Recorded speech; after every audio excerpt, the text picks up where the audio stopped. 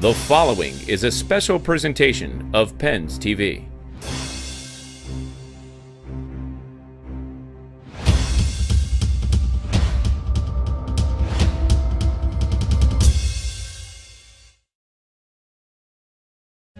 It is said to be the most sacred place in all of sport, filled with tangible necessities and intangible requirements. A pass to enter must be earned. An invitation to stay commands respect. Its contents will always be defended. You don't mess with what happens in the locker room, and that goes when good's happening, when bad's happening. The locker room, that's home, that's the family, that's the team, and you don't mess with that. The Penguins didn't want to mess with anything. Pittsburgh had won 4 straight heading into its much-anticipated showdown with the Flyers. And just 44 seconds into the game, it looked like that streak may continue. Here's Tyler Kennedy, quick shot, score! Jordan Staal! He was set up by Tyler Kennedy, and the Penguins take an early 1-0 lead. Early leads don't always garner lasting results. Former Penguins Jaromir Jagr and Max Talbot scored, leading the Flyers to their 2nd straight win over Pittsburgh, and starting another streak for their former team. We just won 4 in a row.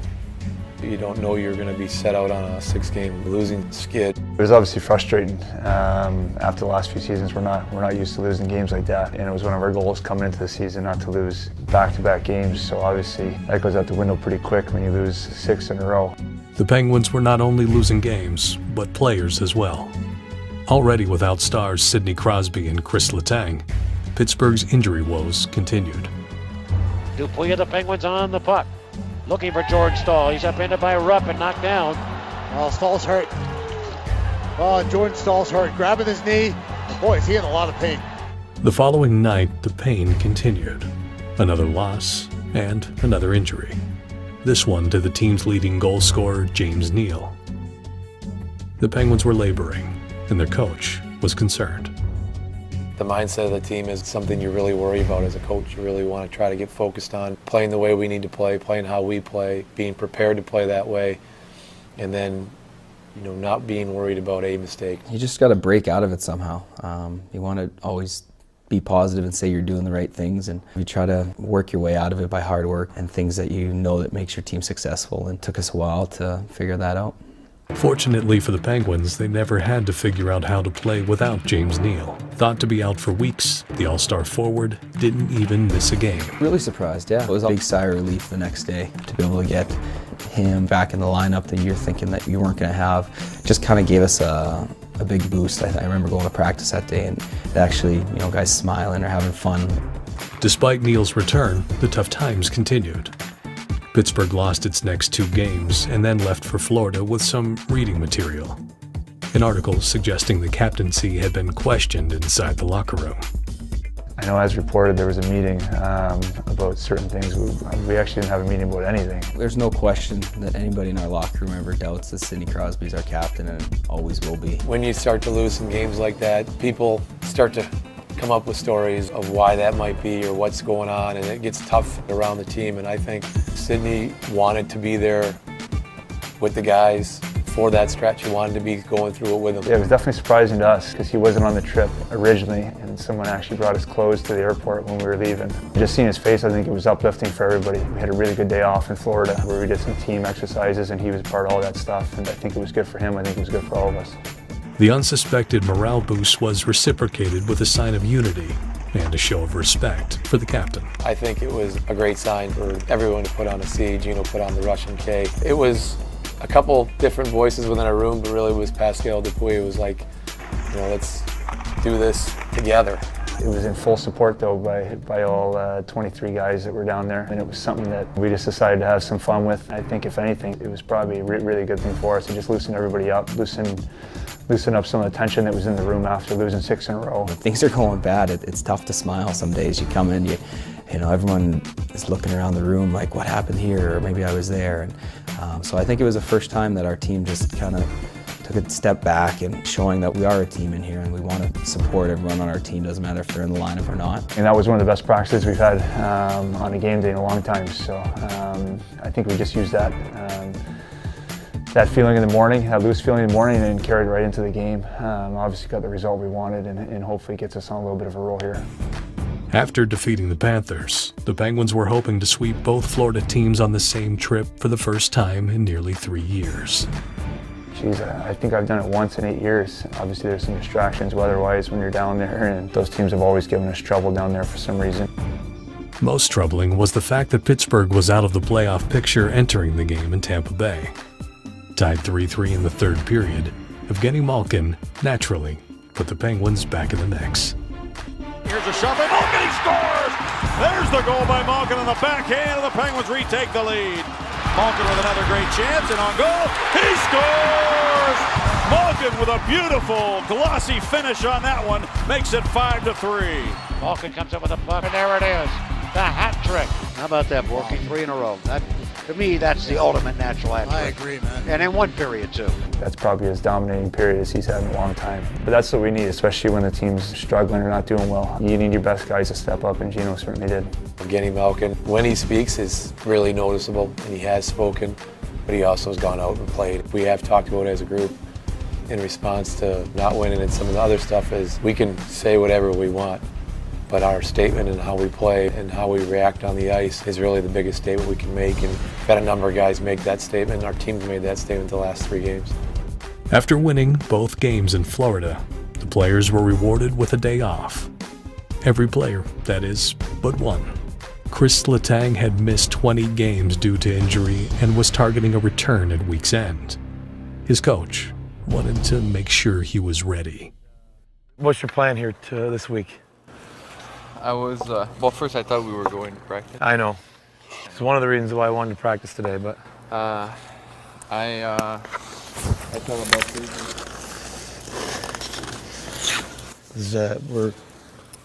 That's what I... That would be nice. I felt pretty good through the week. Had a day off Saturday. Worked out yesterday, and... All right, so tomorrow you'll have morning skate, which won't be hard, and then whatever workout. Then you'll practice with the team on Wednesday, go with us to New York on Wednesday. All right, that means today's should be hard.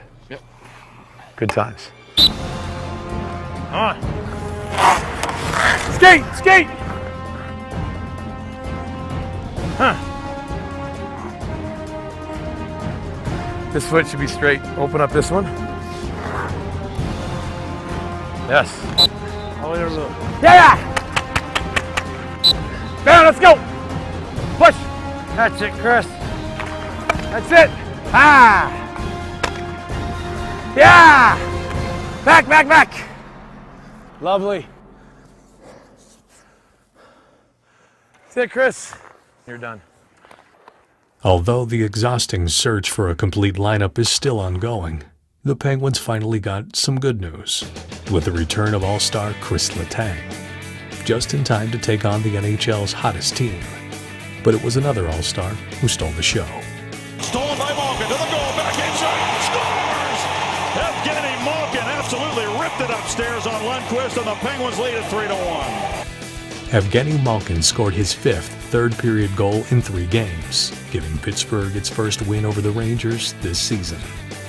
Yeah, it's unbelievable to watch. He's been by far one of our best players all year, and he really turned our tide for us when we had those losing streaks to get into the winning. Gino is a guy who has extreme high care factor for the team and for his role on the team and what he can do on the team. And he's always had that conversation with Gino, always center around how can he help the team, how can we win more Stanley Cups, how can we be a winner.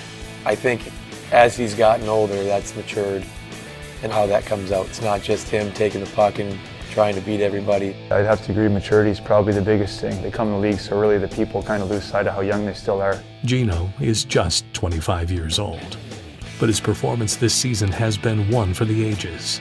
Last season, the Penguins did not have a single third-period come-from-behind win.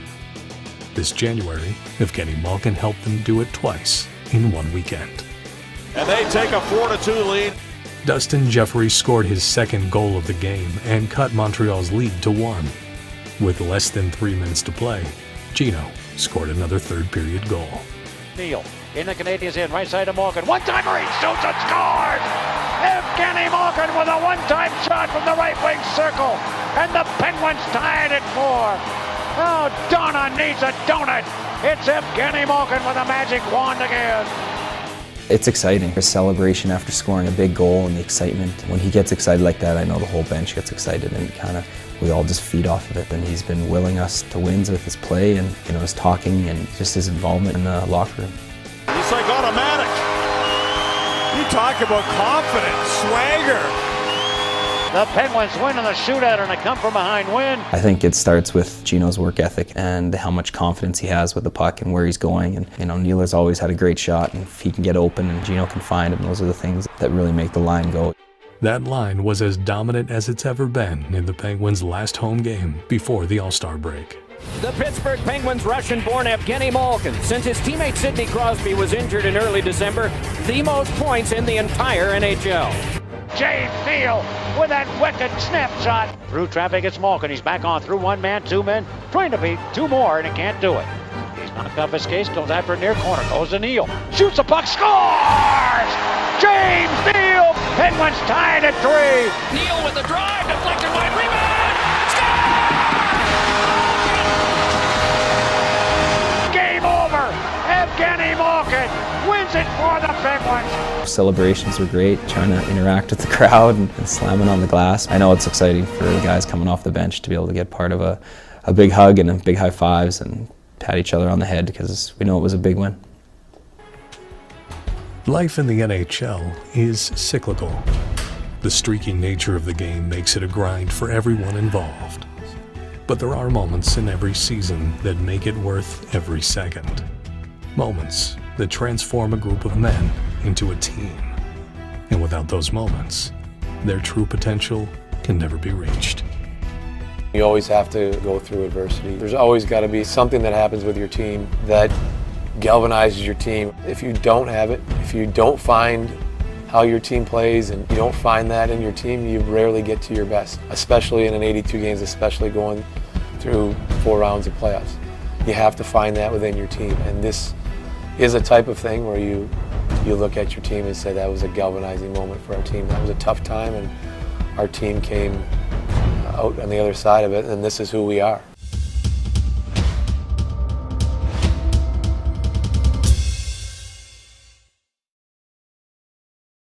This has been a presentation of Pens TV.